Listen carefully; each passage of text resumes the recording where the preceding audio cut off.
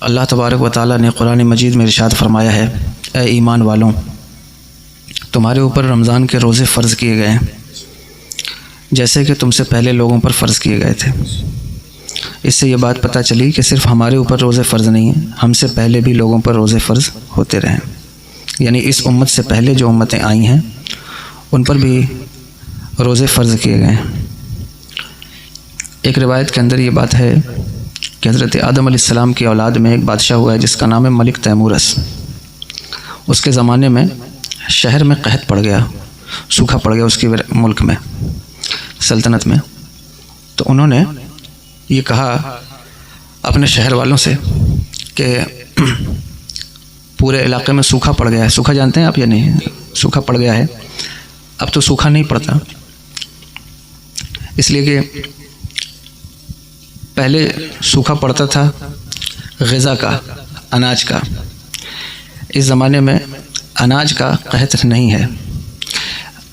قحط ہر زمانے میں پڑتا رہا ہے، اس زمانے میں بھی پڑتا ہے، لیکن اب قحط کی شکل بدل گئی ہے۔ اب قحط ہے اخلاق کا، اخلاص کا۔ یہ زیادہ خطرناک قحط ہے، لیکن بعض اوقات پریشانیوں کو جاننا، پریشانیوں کا ہونا الگ بات ہے، اور پریشانیوں کو نہ پہچاننا یہ ایک الگ بات ہے۔ اگر پریشانیوں کو کوئی پہچان لے تو ان سے بچا جا سکتا ہے، لیکن اگر ان کی پہچان ہی ختم ہو جائے تو اس سے بچنا مشکل ہو جائے گا۔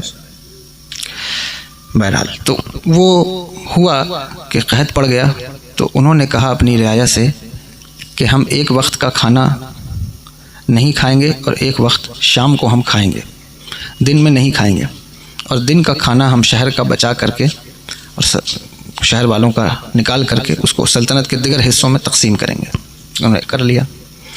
تو لوگ 2 وقت کھاتے تھے، دن میں کھاتے تھے اور رات میں کھاتے تھے۔ اب تو لوگ 4-5 بار کھاتے ہیں، لیکن پہلے 2 ہی وقت زیادہ تر کھاتے ہیں۔ ابھی بھی جو پرانے لوگ ہیں وہ 2 وقت کھاتے ہیں، ایک صبح میں ایک شام میں۔ ایسے ہی کرتے ہیں یا نہیں کرتے؟ ظہرانہ کھانے میں کوئی حرج نہیں ہے، میں یہ بات یوں ہی کہہ رہا ہوں۔ تو انہوں نے ایک وقت کا کھانا روک دیا اور ایک وقت کا کھانا اپنی رعایا کو کھلایا۔ جب انہوں نے یہ کیا تو اللہ تبارک و تعالیٰ کو یہ عمل بہت پسند آیا، اللہ کو یہ عمل بہت پسند آیا۔ وقت کے نبی کو حکم ہوا کہ ہم نے اس عمل کو قبول کر لیا ہے، سو تمہارے اوپر اس عمل کو باقی رکھنا ضروری ہو جاتا ہے۔ تو اس ٹائم سے روزہ فرض ہوا۔ سمجھ میں آ رہی ہے بات یا نہیں؟ روزہ فرض ہو گیا۔ اب رمضان سے ایک بات آپ کو سمجھ میں آئی ہوگی کہ آپ یہ سمجھتے ہیں کہ رمضان کھانا نہ کھانے کا نام ہے، لیکن اگر آپ اس تناظر میں اس کو دیکھیں تو اس سے پتہ چلتا ہے کہ رمضان دوسروں کو کھلانے کا نام ہے۔ دوسروں کو کھلانا یہ بہت بڑی بات ہے۔ خود کھانا یہ اتنی بڑی بات نہیں ہے، اس لیے کہ جو دوسروں کو کھلانے کا جذبہ رکھتا ہے اللہ تبارک و تعالیٰ خود بخود اس کے کھانے کا انتظام فرما دیتا ہے۔ ایک کہیں میں نے پڑھا تھا، مجھے یاد تو نہیں آ رہا ہے، کہ کسی بادشاہ نے 4 لوگوں کو 5 لوگوں کو بیٹھایا اور ان کو لمبے لمبے چمچ دے دیے اور بیچ میں ایک قاب رکھ دیا کہ آپ اس سے کھانا کھائیں۔ اب چمچ اتنا بڑا ہے تو ظاہر ہے وہ کیسے اس سے کھانا کھائیں، پریشان ہو گئے۔ تو کسی اللہ والے نے ان سے کہا کہ اگر تم ایک دوسرے کو کھلاتے تو تمہارے منہ میں بھی کھانا چلا جاتا، یعنی تم دوسرے کو کھلاتے تو وہ تم کو کھلا دیتا۔ دوسرے کو کھلانا یہ بہت بڑی بات ہے، اور کھلانے کا جذبہ رکھنا یہ بھی بہت بڑی بات ہے۔ اس لیے کھلانے سے جی مت چرائیے۔ ہمارے یہاں جو طریقہ کار ہے معمولات اہل سنت میں سے، 11ویں کی محفل ہے، 12ویں کی محفل ہے، 6ٹھی کی محفل ہے، یہ کیا ہے؟ یہ دراصل کھانا کھلانے کا بہانہ ہے کہ لوگوں کو کھانا کھلایا جائے۔ یہ بات بہت سے لوگوں کو سمجھ میں نہیں آتی، وہ سمجھتے ہیں کہ یہ کیوں ایسا کام کرتے ہیں۔ اسی لیے کم عقل لوگ لنگر کے رد میں، کھچڑے کے رد میں، حلوے کے رد میں وہ پریشان رہتے ہیں، لیکن دراصل یہ کھلانا بہت بڑی چیز ہے، بہت بڑا کام ہے۔ خود قرآن مجید کے اندر اللہ تبارک و تعالیٰ نے یہ ارشاد فرمایا ہے کہ جب جنتی جنت میں چلے جائیں گے اور جہنمی جہنم میں چلے جائیں گے تو جنتی کہیں گے اللہ سے کہ اے میرے مالک، ہم جہنمیوں سے کچھ بات کرنا چاہتے ہیں، ان سے کچھ سوال کرنا چاہتے ہیں، جنتی اپنی جنت میں ہیں، جہنمی جہنم میں، اللہ ان کو اجازت دے گا، وہ لمبی لمبی گردنیں نکال کر جہنمیوں سے سوال کریں گے، پوچھیں گے ما سلککم فی سقر، وہ کون سی چیز ہے جس نے تمہیں جہنم میں پہنچا دیا ہے، کون سا ایسا کام ہے جس کی وجہ سے تم جہنمی بن گئے؟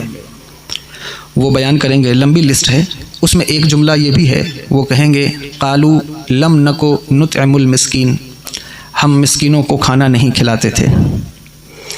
اس لیے قرآن پاک کی آیت ہے ارأیت الذی یکذب بالدین فذلک الذی یدع الیتیم ولا یحض علی طعام المسکین، صرف کھلانا ہی نہیں ہے بلکہ کھلانے پر ابھارنا بھی ہے، لوگوں کو ترغیب بھی دینا ہے کہ آپ دوسروں کو کھلائیے۔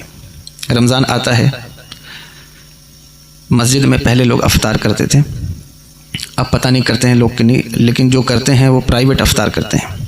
پرائیویٹ افطار کا طریقہ یہ ہے کہ ہر انسان اپنی اپنی افطار لے کر بیٹھ جاتا ہے، وہ سوچتا ہے کہ میں اپنے گھر سے لایا ہوں تو میں اپنا کھاؤں گا، میں کسی اور کو کیوں اس میں شریک کروں؟ ایسا مت کیجیے۔ مسجد کی افطار کا مطلب ہی یہی ہے کہ آپ وہاں کھانے نہیں جاتے ہیں، روزہ داروں کو کھلانے جاتے ہیں۔ آپ کوئی ٹھنڈا پانی لے گئے ہیں، آپ کوئی چیز لے گئے ہیں، آپ کے دل میں یہ جذبہ ہونا چاہیے کہ دوسرا میرے اس امان سے، اس چیز سے فائدہ حاصل کر لے، اس کو فائدہ مل جائے۔ اور صرف کھلانا ہی ضروری نہیں ہے، اور بھی ان کی خدمت کے طریقے ہیں جو آپ کر سکتے ہیں۔ بعد میں مسجد کا دسترخوان پڑا ہوتا ہے، اس کی ذمہ داری لوگ سمجھتے ہیں کہ یہ مؤذن کی ذمہ داری ہے یا امام کی ذمہ داری کچھ لوگ سمجھ لیتے ہیں، یا انتظامیہ کی، نہیں، اس کا بچھانا اور اٹھانا بھی بہت بڑے ثواب کا کام ہے۔ حضور سرور دو عالم صلی اللہ تعالیٰ علیہ وآلہ وسلم ہمیشہ افطار صفہ کے چبوترے پر کیا کرتے تھے۔ میں نے یہ حدیث مبارکہ پڑھی ہے کہ حضور افطار جو ہے وہ جو صفہ کے چبوترے پہ 70 لوگ بیٹھتے تھے یا اس سے کم و بیش علم سیکھنے والے، ان کے ساتھ بیٹھ کر حضور افطار کرتے ہیں۔ اور اماں عائشہ صدیقہ رضی اللہ تعالیٰ عنہا کہتی ہیں کہ گھر میں جو چیز ہوتی حضور خود لے کر وہاں تشریف لے جاتے، چاہتے تو کسی سے کہہ دیتے کہ سامان لے آؤ یا چیزیں لے آؤ، لیکن جو میسر ہوتا وہ خود لے کر حضور تشریف لاتے اور اس کو سامنے رکھتے۔ اور پھر اس کے بعد اماں عائشہ صدیقہ رضی اللہ تعالیٰ عنہ کہتی ہیں کہ حضور مجھ سے کہتے کہ بقیع کی طرف دیکھو، کیونکہ وہ شام سے آنے والی گزرگاہ ہے، ادھر سے کوئی مسافر تو نہیں ہے، کوئی راہگیر تو نہیں ہے کہ جو گزر رہا ہو، تو اس کو ہم اپنی افطار میں شامل کر لیں۔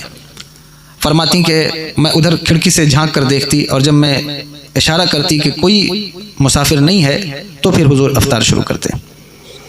کہتی ہیں ایک دن میں نے دیکھا کہ ایک مغرب کا وقت بالکل قریب ہے اور ایک مسافر اپنے گھوڑے کو پیڑ سے باندھ رہا ہے، تو حضور نے پوچھا کہ کوئی ہے؟ میں نے کہا ایک مسافر لگتا ہے، وہ اپنا گھوڑا پیڑ سے باندھ رہا ہے۔ حضور سرور دو عالم صلی اللہ تعالیٰ علیہ وآلہ وسلم اٹھے اور اس گزرگاہ کی طرف، اس شاہراہ کی طرف تشریف لے گئے جو شام سے آتی ہے، بقیع کے پیچھے سے حضور تشریف لے گئے اور اس کو بلایا، اور بلا کر کے اسے اپنی افطار میں شریک کیا اور اس سے پوچھا کہ تم مدینے ہی آئے ہو یا کہیں آگے کا ارادہ ہے؟ اس نے کہا نہیں، میرا ارادہ مدینے کا ہی ہے۔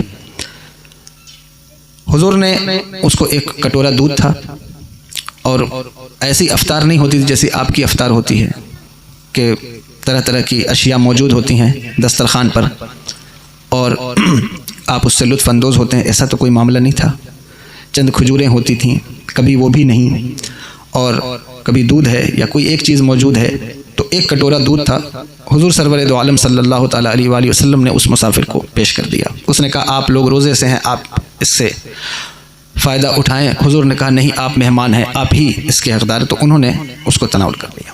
اس کے بعد ان سے پوچھا کہ آپ کس لیے آئے ہیں؟ کہا میں نے سنا ہے کہ مدینے میں مسلمانوں کا نبی رہتا ہے، میں اس کی زیارت کے لیے آیا کہ میں ان کے ہاتھ پر ایمان لاؤں گا۔ پھر ان کو پتہ چلا کہ یہی مصطفیٰ جان رحمت سرور دو عالم صلی اللہ تعالیٰ علیہ وآلہ وسلم ہے، تو وہ ایمان لائے۔ عرض یہ کرنا چاہتا ہوں کہ رمضان المبارک کا مہینہ صرف اس لیے نہیں ہے کہ آپ کھانے پینے کا انتظام خود کا کر لیں، بلکہ اس لیے ہے کہ آپ اپنے پڑوسیوں، اپنے محلے والوں، اپنے رشتہ داروں کا خیال کریں۔ اللہ تبارک و تعالیٰ نے آگے خود ہی ارشاد فرمایا لعلکم تتقون، یہ ہم نے فرض کیوں کیا ہے؟ آخر دن بھر بھوکا رہنے کی ضرورت کیا ہے؟ کیوں کیا ہے؟ کہا اس لیے کیا ہے تاکہ تم متقی بن جاؤ، تاکہ تم پرہیزگار بن جاؤ۔ تمہیں رمضان المبارک تقوی سکھانے آتا ہے، رمضان المبارک تمہارے ظاہر اور باطن کو صاف کرنے آتا ہے۔ اگر اس رمضان کے اندر صرف آپ نے روزے رکھے اور تقویٰ نہیں سیکھ پائے تو رمضان کا صحیح فائدہ آپ حاصل نہیں کر پائیں گے۔ اس لیے آپ تقویٰ سیکھیے۔ تقویٰ کیا ہے؟ تقویٰ کسے کہتے ہیں؟ حضرت عمر بن خطاب رضی اللہ تعالیٰ عنہ نے حضرت کعب احبار سے پوچھا، یہ تابعی ہیں اور حضور کا زمانہ انہوں نے پایا ہے لیکن ایمان بعد میں لائے، بہت بڑے عالم یہودیوں کے، پھر اسلام لائے تو اسلام کے بھی بڑے عالم ہوئے۔ ان سے پوچھا حضرت عمر بن خطاب رضی اللہ تعالیٰ عنہ نے کہ تقویٰ کسے کہتے ہیں؟ انہوں نے ارشاد فرمایا کہ اے عمر، آپ کبھی کسی خاردار کانٹے والی جھاڑیوں سے گزرے ہیں؟ حضرت عمر نے ارشاد فرمایا کہ ہاں، میں کٹیلی جھاڑیوں سے گزرا ہوں جہاں کانٹے ہی کانٹے ہوتے ہیں۔ کہا ایسی صورت میں آپ کے گزرنے کا انداز کیا ہوتا ہے؟ انہوں نے فرمایا کہ میں اپنا دامن اور اپنا کپڑا سمیٹ لیتا ہوں تاکہ کسی کانٹے سے لگ کر میرا دامن تار تار نہ ہو جائے، اور میں بچ کر سنبھل کر گزر جاتا ہوں۔ انہوں نے فرمایا خدا کی قسم یہی تقویٰ ہے، یہی تقویٰ ہے کہ آپ دنیا سے اس طرح گزر جائیں کہ دنیا کی آلودگی، دنیا کی حرص و طمع، لالچ، دنیا کا فتنہ، فساد، خرافات اور دنیا کی ہر بری چیز سے آپ کا دامن تار تار نہ ہو بلکہ صاف اور شفاف رہ جائے۔ اسی کو تقویٰ کہتے ہیں۔ تقوی کے لیے ضروری ہے کہ آپ اپنی زندگی کا محاسبہ کریں۔ آپ دیکھیں کہ آپ رمضان سے پہلے جس کنڈیشن میں ہیں رمضان کے بعد بھی اسی کنڈیشن میں ہیں یا نہیں۔ آپ رمضان کے بعد اگر اسی کنڈیشن میں ہیں جیسے رمضان سے پہلے تو رمضان نے رمضان کا وہ فائدہ آپ کو نہیں ملا جو آپ کو ملنا چاہیے تھا۔ اس لیے رمضان میں اپنے آپ کو اس طرح صاف اور پاک کرنے کی کوشش کریں جس طرح رمضان میں آپ کا پیٹ صاف ہو جاتا ہے، آپ کا اللہ اکبر، آپ کی قوت ہاضمہ اچھی ہو جاتا ہے، اسی طرح آپ کا دماغ، دل بغض سے، کینے سے، حسد سے، خرافات سے، حرص و طمع سے پاک ہو جانا چاہیے۔ اگر یہ آپ نے کیا رمضان المبارک کے اندر تو صحیح معنوں میں آپ رمضان کی برکتیں ہیں اسے حاصل کرنے میں کامیاب ہو جائیں گے۔ اس کے لیے ضروری ہے کہ آپ ایک دوسرے کا خیال رکھیں، پڑوسیوں کا خیال کریں، اپنے ارد گرد رہنے والوں کا خیال کریں، معاشرے میں دبے کچلے اور پسے ہوئے لوگوں کا خیال کریں، بیماروں کا خیال کریں۔ دیکھیں علماء کا، طلباء کا، زیادہ تر لوگ ہمارے ہاں زکوٰۃ رمضان المبارک میں نکالتے ہیں۔ ایسا ضروری نہیں ہے کہ رمضان میں ہی نکالا جائے، جب سال پورا ہوگا تب زکوٰۃ نکالیں گے، لیکن زیادہ تر لوگ چونکہ رمضان ہی میں نکالتے ہیں تو ان کا سال رمضان میں پورا ہوتا ہے، وہ رمضان میں نکالتے ہیں۔ بہت سے لوگ اس کی اہمیت کو نہیں سمجھتے اور وہ یہ نہیں جانتے کہ یہ ہمارے اوپر فرض ہے۔ اگر آپ زکوٰۃ نہیں نکالیں گے تو آپ کا مال صاف نہیں ہوگا، اور اگر آپ صدقہ نہیں نکالیں گے تو آپ کے روزے کے بارے میں حضور نے ارشاد فرمایا کہ اس کا روزہ معلق رہتا ہے۔ فطرانہ جسے کہتے ہیں، آپ وہ صدقہ جو نکالتے ہیں عید کے دن، ضروری نہیں ہے کہ عید کے دن ہی آپ نکالیں، پورے رمضان میں کسی بھی دن نکال سکتے ہیں، کسی بھی وقت نکال سکتے ہیں۔ اس پر لوگوں کی کوشش یہ ہوتی ہے کہ ہم کم سے کم جتنا کم ہو سکے اتنا نکالیں۔ یعنی اگر کسی سے کہا جائے کہ آپ اس مرتبہ کتنا آپ کا فطرہ ہے تو وہ کہتے گیہوں کیا روپے کلو ہے، اس کے حساب سے میرا فطرہ 25 روپے بنتا ہے یا 30 روپے، تو آپ 35 روپے کیوں کہہ رہے ہیں؟ گیہوں کا فطرہ، جو کا، یہ سب سے کم فطرانہ ہے۔ اگر آپ صرف گیہوں کھاتے ہیں تو ٹھیک ہے، آپ گیہوں کا نکالیے، لیکن آپ تو کھجور بھی کھاتے ہیں، آپ کاجو بھی کھاتے ہیں، آپ کشمش بھی کھاتے ہیں، اچھی غذا بھی کھاتے ہیں، لیکن آپ صدقہ سب سے کم چیز کا نکالتے ہیں۔ آپ کی جان اتنی معمولی تو نہیں ہے۔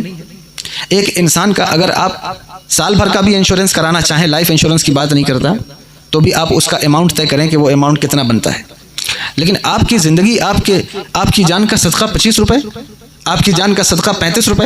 میں انکار نہیں کر رہا ہوں فقہی مسئلے سے، میں یہ نہیں کہتا کہ ادا نہیں ہوگا، لیکن دیکھنا یہ ہے کہ آپ کر کیا رہے ہیں۔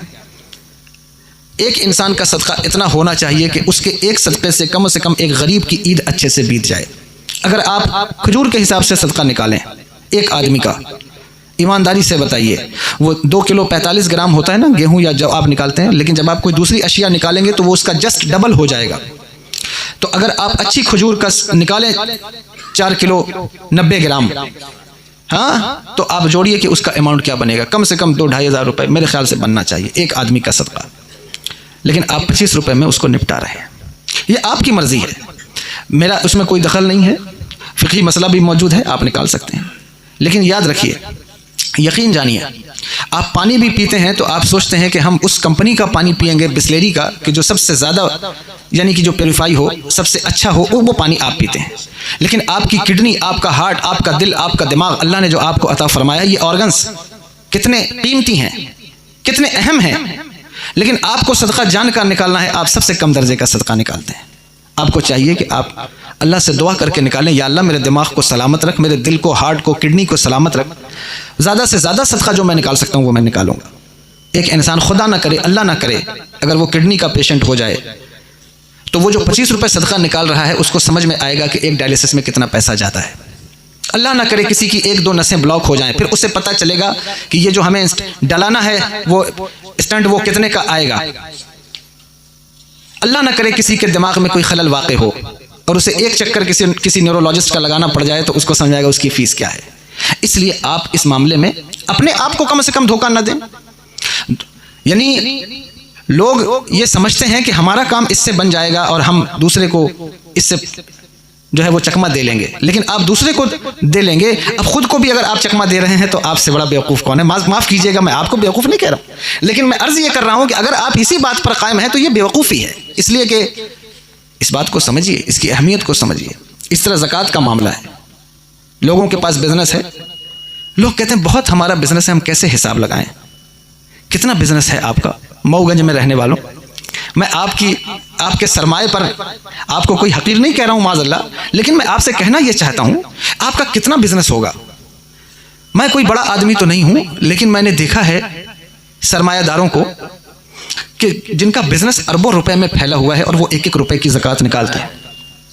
اگر آپ اس دور کے لوگوں کا اعتبار نہ کریں تو میں آپ کو ایسے لوگوں کا نام بتاؤں گا کہ جو اپنے وقت کے اندر اتنے بڑے تاجر تھے جن کے زمانے میں کوئی کیلکولیٹر بھی نہیں تھا، کوئی کمپیوٹر بھی نہیں تھا. آپ پڑھیے حضرت عثمان غنی رضی اللہ تعالیٰ عنہ کے بزنس کے معاملات، وہ زکوٰۃ کیسے نکالتے تھے. حضرت عبد الرحمن ابن عوف رضی اللہ تعالیٰ عنہ، یہ اتنے بڑے تاجر ہیں کہ 80,000 اونٹ ان کے پورے عرب کے اندر موجود ہے. امپورٹ ایکسپورٹ کا بزنس ہے. 80,000 اونٹ کوئی معمولی چیز نہیں ہے، صحرا کا جہاز ہے. اگر کسی کے پاس اس زمانے میں ایک شپ موجود ہو تو وہ کتنا امیر آدمی ہوتا ہے. سمندر کی شپ ہو کتنا امیر ہوتا ہے. ڈیزرٹ کا، صحرا کا جہاز ہے اونٹ، اور 80,000 اونٹ ان کے پاس موجود تھے اور وہ اس کی زکوٰۃ نکالتے تھے. صحابہ کا ایک پینل بیٹھتا تھا جو ان کی زکوٰۃ کا حساب لگاتا تھا. آپ کہتے ہیں ہم کیسے حساب لگائیں؟ بڑا مشکل کام ہے. یاد رکھیے، اگر آپ حساب لگانا اس معاملے میں کوتاہی کر رہے ہیں، اس حساب کی جو حق ہے یتیموں کا، غریبوں کا، مسکینوں کا، قرآن پکار کر کہہ رہا ہے کہ فی اموالہم حق للسائل والمحروم. تمہارے مال میں صرف بیوی کا حق نہیں، تمہارے مال میں صرف ماں کا، باپ کا حق نہیں، تمہارے مال میں محرومین کا بھی حق ہے، سائلوں کا بھی حق ہے، یتامہ کا، مساکین کا، غربا کا بھی حق ہے. آپ اس کا حساب نہیں لگا رہے. مہاجن کا حساب لگتا ہے لیکن غربا اور یتیموں کا حساب کیوں نہیں لگا؟ حساب لگائیے. اس کو سوچئے کہ مجھے حساب لگانا ہے. آپ بزنس کرتے ہیں 2-4-10 لاکھ کا اور آپ حساب نہیں لگا پاتے، غلطی پر ہیں آپ. کیوں نہیں لگاتے حساب؟ حساب لگا کر 1-1 روپے زکوٰۃ کا نکالیں. اور یاد رکھیے، کچھ لوگ جوتے کا کاروبار کرتے ہیں تو وہ کہتے ہیں زکوٰۃ میں ہم جو ریجیکٹڈ جوتے ہیں وہ نکال دیتے ہیں. کچھ کوئی اور کام کرتا ہے، وہ کہتا ہے جو ریجیکٹڈ چیز ہے وہ ہم نکال دیتے ہیں. ایمانداری سے بتائیے، غور کر کے بتائیے، آپ کا دل گوارا کرتا ہے کہ یہی طریقہ کار ہے اسلامی معاونت کا، یہی طریقہ کار ہے؟ اس لیے اپنا محاسبہ آپ کو کرنا ہوگا، دیکھنا ہوگا کہ ہم کس طریقے سے رمضان کو گزاریں گے، ہماری پریپریشن کیا ہے. حضور سرور دو عالم صلی اللہ تعالیٰ علیہ وآلہ وسلم کے صحابہ کا طریقہ کار یہ تھا کہ وہ رجب کے بعد شعبان کے مہینے سے رمضان قریب ہوتا تھا، رمضان کی تیاریاں شروع کر دیتے تھے. ان کا طریقہ کار کیا تھا، تیاری کس طرح کرتے تھے، اور ہم تیاری کیسے کرتے ہیں؟ وہ اپنی بیویوں کو گھر بھیج دیتے. اب تو رمضان میں کسی کی بیوی میکے میں ہو تو اسے بلا لے گا کہ اگر وہ نہیں آئے گی تو پھلکی کون بنائے گا، چنا کون بنائے گا. تو میں منع نہیں کرتا، بالکل بلائیے، لیکن ان کا طریقہ یہ تھا، وہ اپنے بستروں کو لپیٹ کر مچان پر رکھ دیتے تھے کہ اب یہ آفر کا مہینہ آ گیا ہے، اس مہینے میں کسی کو نہیں سونا ہے، یہ مہینہ سونے کا ہے ہی نہیں. جس کو دیکھو وہ صبح شکایت کرتا نظر آتا ہے، رمضان آ گیا ہے حضرت، سونے کا وقت ہی نہیں ملتا. ارے اللہ کے بندے 11 مہینے سوتے ہو، اگر 1 مہینہ جاگ کر اس آفر کا فائدہ اٹھاؤ گے کیا چلا جائے گا؟ کوئی حرج کی بات نہیں. لیکن کھانا پینا اس حساب سے رکھو کہ پتہ چلا دن بھر انسان عام مہینوں میں جتنا نہیں کھاتا، اگر رمضان میں اس کا ڈبل کھا لے تو پھر ظاہر ہے اس کو نیند کا مسئلہ تو بنے گا. اس لیے اس کو کھانے پر غور کرنا ہے کہ ٹھیک ہے شام کو چھٹی مل گئی ہے لیکن مجھے کھانا اتنا ہی ہے جس سے میں رات میں جاگ کر عبادت کر سکوں. اگر 2 رکعت نماز بھی رات میں وہ عشاء کی نماز کے بعد نہیں پڑھتا, یعنی تراویح کی نماز تو جو ہے وہ ہی ہے, اس کے بعد بھی اگر وہ نہیں پڑھتا ہے تو پھر اسے سوچنا چاہیے کہ میں رمضان کس طریقے سے گزار رہا ہوں, کیسا رمضان گزر رہا ہے. صبح سے لے کر شام تک اگر آپ کاروبار کر رہے ہیں, رزق حلال کما رہے ہیں, خدا کی قسم روزہ رکھ کر کاروبار کرنے والوں کو جو اجر ملتا ہے وہ دوگنا ملتا ہے. اس لیے یہ بات کہہ رہا ہوں کہ میرے آقا نے ارشاد فرمایا ہے. بہت سے لوگ ایسے ہوتے ہیں روزہ ہیں تو اب کوئی کام نہیں کرنا ہے. کیوں بھائی, اب روزہ آ گیا سارا کام بند. یہ طریقہ اسلام کا نہیں ہے. ٹھیک ہے آپ کی کیپیسٹی نہیں ہے تو نہیں کریں, لیکن روزہ بھی ہیں, گھر والوں کا خرچہ بھی اٹھا رہے ہیں اور کما کر پھر غریبوں کی مدد کا جذبہ بھی رکھ رہے ہیں, اس کا ثواب آپ کو زیادہ ملے گا. کاروبار بند کرنے کا حکم نہیں ہے کہ کاروبار ہی بند کر دو, لیکن ہاں جو انسان اللہ کو یاد رکھتا ہے, خدا کو یاد رکھتا ہے, کاروبار کرتے ہوئے جھوٹ نہیں بولتا, کاروبار کرتے ہوئے ایک دوسرے کا حق نہیں مارتا, کم نہیں تولتا, ان چیزوں کی احتیاط کرتا ہے, اور وہ سچا جو تاجر ہے, بزنس مین ہے, اس کو اللہ اس کا اجر عطا فرمائے. تو رمضان المبارک بالکل سامنے ہے, اللہ ہم سب کو رمضان تک پہنچائے, رمضان کی برکتیں عطا فرمائے. اور استقبال رمضان کا معاملہ یہی ہے کہ آپ رمضان کے بارے میں تیار ہو جائیں. اور سب سے اہم بات رمضان المبارک کے اندر وہ یہ ہے کہ آپ کوشش کیجئے کہ آپ کے جو رشتہ دار ہیں, غریب ہیں یا پریشان حال ہیں, ان کی معاونت جس طرح سے آپ کر سکتے ہیں کرنے کی کوشش کیجئے. کیسے مدد کریں گے, کس طرح سے مدد کریں گے؟ اگر آپ زکوٰۃ نکالتے ہیں, یہاں علماء بیٹھے ہیں, آپ ان سے پوچھیے. طریقہ یہی ہے کہ سب سے پہلے اپنے قریبی رشتہ داروں کو دیکھا جائے کہ وہ اگر زکوٰۃ کے مستحق ہیں, آپ ان تک زکوٰۃ پہنچائیں. لیکن ہمارے ہاں طریقہ یہ ہے کہ زکوٰۃ کسی کی اگر 50,000 نکلی ہے تو وہ یہ سوچتا ہے کہ ایک ہی آدمی کو زکوٰۃ دینے سے کیا فائدہ ہے. ایسا کرتا ہوں 10-10 روپے 2 لاکھ لوگوں کو بانٹ دیتا ہوں, تو اب وہ 10-10 روپے سے کسی کا کوئی بھلا ہونے والا نہیں ہے. اس لیے اگر آپ کسی کی مدد کرنا چاہتے ہیں تو کوشش کیجئے کہ آپ اس کی ایسی مدد کریں کہ اگلے سال وہ بھی زکوٰۃ دینے والا بن جائے. یہ طریقہ کار زیادہ مناسب ہے, صحیح ہے, درست ہے. جو مدرسے ہیں وہ زکوٰۃ لیتے ہیں, ان کو بھی آپ ظاہر ہے کہ اپنے تعاون میں شامل رکھیے. اگر زکوٰۃ نہیں بچتی ہے تو آپ الگ سے مدرسوں کی مدد کر سکتے ہیں. اور جو یہ کہا جاتا ہے کہ مدرسے ہی کو آپ زکوٰۃ دیں, مدرسے ہی میں زکوٰۃ دیں, وہ اس لیے کہا جاتا ہے کہ بہت سے لوگ ایسے ہوتے ہیں کہ جن کے اوپر زکوٰۃ ہے نہیں اور وہ زکوٰۃ کا مطالبہ کرتے ہیں, اور پھر آپ بغیر تحقیق کے ان کو زکوٰۃ دے دیتے ہیں, تو آپ کی زکوٰۃ خطرے میں چلی جاتی ہے. اس وجہ سے کہا جاتا ہے کہ مدرسے میں زکوٰۃ دیں, وہ چونکہ مصرف ایسا ہے کہ آپ دیں گے زکوٰۃ ادا ہو جائے گی, کیونکہ بچے وہاں پڑھتے ہیں, رہتے ہیں, کھاتے ہیں, تو ان کے اوپر یہ. اب رہ گئی بات یہ کہ یہ زکوٰۃ اور فطرے کی بات ہو گئی. اس کے بعد آپ کے دل کی جو صفائی ہے, قلب کا جو معاملہ ہے, وہ کیا ہے کہ ہمیں اپنے قلب کو صاف کرنا ہے. دشمنیاں, حسد, بغض, کینہ ایک دوسرے کا کلیجے سے نکالنا ہے. 4 دن کی زندگی ہے, کسی کو نہیں معلوم کہ پھر اگلے سال آپ کو یہ رمضان ملے گا یا نہیں ملے گا. آپ میں سے, ہم میں سے کتنے لوگ ایسے ہوں گے جو پچھلے سال ہمارے ساتھ رمضان میں تھے, اس سال ہمارے ساتھ رمضان میں نہیں, اور اگلا پھر جب رمضان آئے گا آپ میں سے کچھ لوگ ہوں گے جو یہاں موجود نہیں ہوں گے. اس لیے آج آپ کے پاس وقت ہے, آج آپ اپنا محاسبہ کر کے بلا وجہ اگر آپ نے کسی سے دشمنیاں پالی ہوئی ہیں, اگر بلا وجہ آپ نے کسی کا حق مارا ہوا ہے, کوشش کیجئے کہ آپ ان چیزوں کو ادا کر دیں اور اپنی دشمنیوں کو دوستیوں میں بدل لیں. اپنے پڑوسیوں سے محبت کریں, اپنے ارد گرد رہنے والوں سے پیار کریں. رمضان کے مہینے کا مطلب یہ نہیں ہے کہ روزہ رکھ کر سارا دن ایک دوسرے کو گالی دیتے پھریں, کیونکہ اچھے اچھے لوگ جو گالی کبھی نہیں بکتے وہ بھی رمضان میں گالی بکنے لگتے ہیں. کیوں گالی؟ کہا کہ حضرت 3 بجے کے بعد ہم سے ملاقات نہ کریں. کوئی کیوں ملاقات نہ کرے؟ کہا 3 بجے کے بعد ہم کسی سے ملاقات نہیں کرتے. کیوں نہیں ملاقات کرتے؟ اس لیے کہ ہم ملاقات کریں گے تو گالی بکیں گے. یہ کس نے آپ کو سکھایا ہے؟ یہ آپ کے اندر کی وہ غلاظت ہے جو باہر آنا چاہتی ہے, اسے آپ کو کنٹرول کرنا ہوگا. آپ کو اس کے ختم کرنے کے لیے درود پاک کا ورد کرنا ہوگا. آپ کو کوشش کرنی ہوگی کہ آپ کا وہ غصہ جو آپ کی بیوی پر, بچوں پر, بھائیوں پر, بہنوں پر, پڑوسیوں پر, کسٹمر پر نکلتا ہے, وہ غصہ نہ نکلے بلکہ درود پاک کی شکل میں اس کی اللہ اکبر اس کا صفایا ہو جائے اور آپ اس سے پاک اور صاف ہو جائیں. اگر آپ یہ طریقہ استعمال کریں گے, عید والے دن آپ محسوس کریں گے کہ 29 شعبان المعظم کو آپ کی جو کنڈیشن تھی 1 شوال المکرم کو آپ کی وہ کنڈیشن نہیں ہے. اللہ نے آپ کو بدل دیا ہے, اپڈیٹ کر دیا ہے. ہر چیز میں, کائنات کے نظام میں بھی اپڈیٹنگ سسٹم ہے. صرف آپ کا واٹس ایپ ہی اپڈیٹ نہیں ہوتا, انسان کو بھی اپڈیٹ کیا جاتا ہے. سال بھر میں رمضان المبارک کا مہینہ ہمیں اپڈیٹ کرنے آتا ہے کہ اے لوگوں, جو تم نے سال بھر میں وائرس جمع کر لیا ہے اپنے اندر, سال بھر میں جو اپنے دل میں, دماغ میں, ذہن میں, نگاہوں میں حرص کا، لالچ کا، طمع کا، بغض کا، کینے کا، حسد کا، گالی کا، گلوچ کا، یہ جو وائرس تمہارے اندر جمع ہو گیا ہے، رمضان کہتا ہے میں آ رہا ہوں، اگر تم نے صحیح دل سے میرا استقبال کیا میں ان سارے وائرسز کو تمہارے اندر سے نکال دوں گا، تمہیں پاک صاف اور ستھرا کر دوں گا۔ فرمایا لعلکم تتقون، کیوں فرض کیا ہے روزہ؟ اس لیے کہ تم متقی ہو جاؤ، اس لیے کہ تم پرہیزگار ہو جاؤ، تمہارے دل کی آلودگی، نجاست، غلاظت یہ ساری ختم ہو جائے اور پھر تم صاف اور شفاف ہو جاؤ۔ اس لیے رمضان کا مہینہ تمہارے پاس ہے۔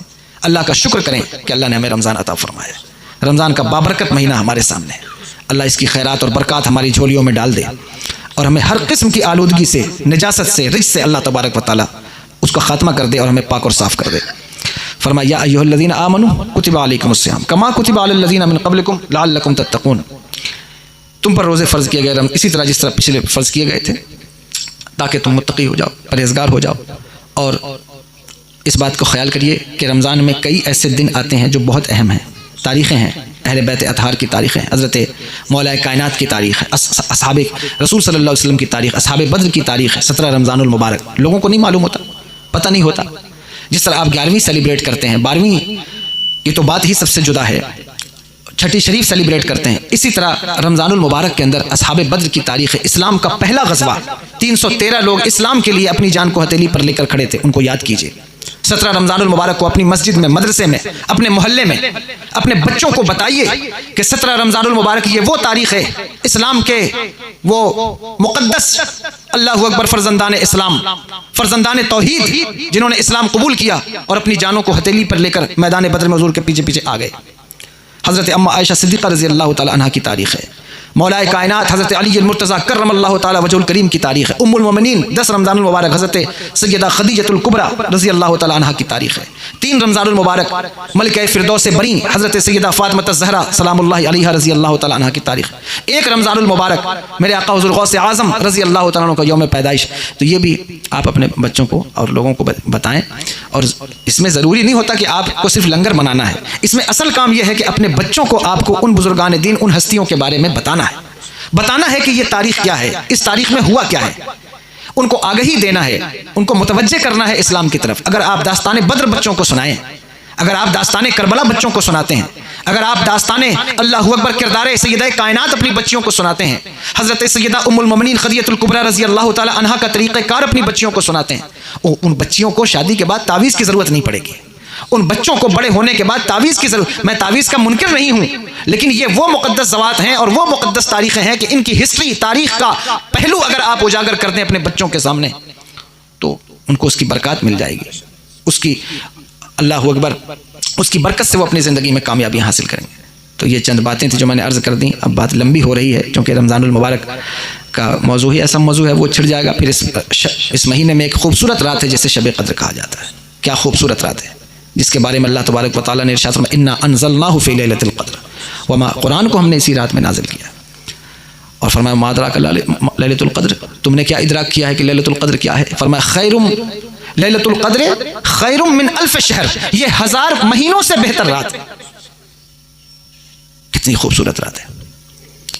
اور فرمایا کہ اس رات کے اندر ملائکہ کا نزول ہوتا ہے، تنزل الملائکہ والروح، اور حضرت جبریل امین بھی نازل ہوتے ہیں اپنے رب کے حکم سے، اذن سے، اس لیے اس رات کو جاگ کر عبادت میں، ریاضت میں گزاریں۔ اور یہ رات چھپی ہوئی ہے، یہ بات صحیح ہے کہ 27 رمضان 27ویں ہی کو ہم شب قدر مانتے ہیں، لیکن آخری عشرے کی طاق راتوں میں آپ اسے ہر رات میں تلاش کیجئے، 21 کو، 23 کو، 25، اس طرح آپ طاق راتوں میں تلاش کیجئے، اس کو کسی بھی رات میں شب قدر ہو سکتی ہے۔ اور یہ بہت خوبصورت رات ہے، جس انسان کو ایک بار زندگی میں مل جائے اس کی دنیا اور آخرت کے لیے کافی ہو جاتی ہے۔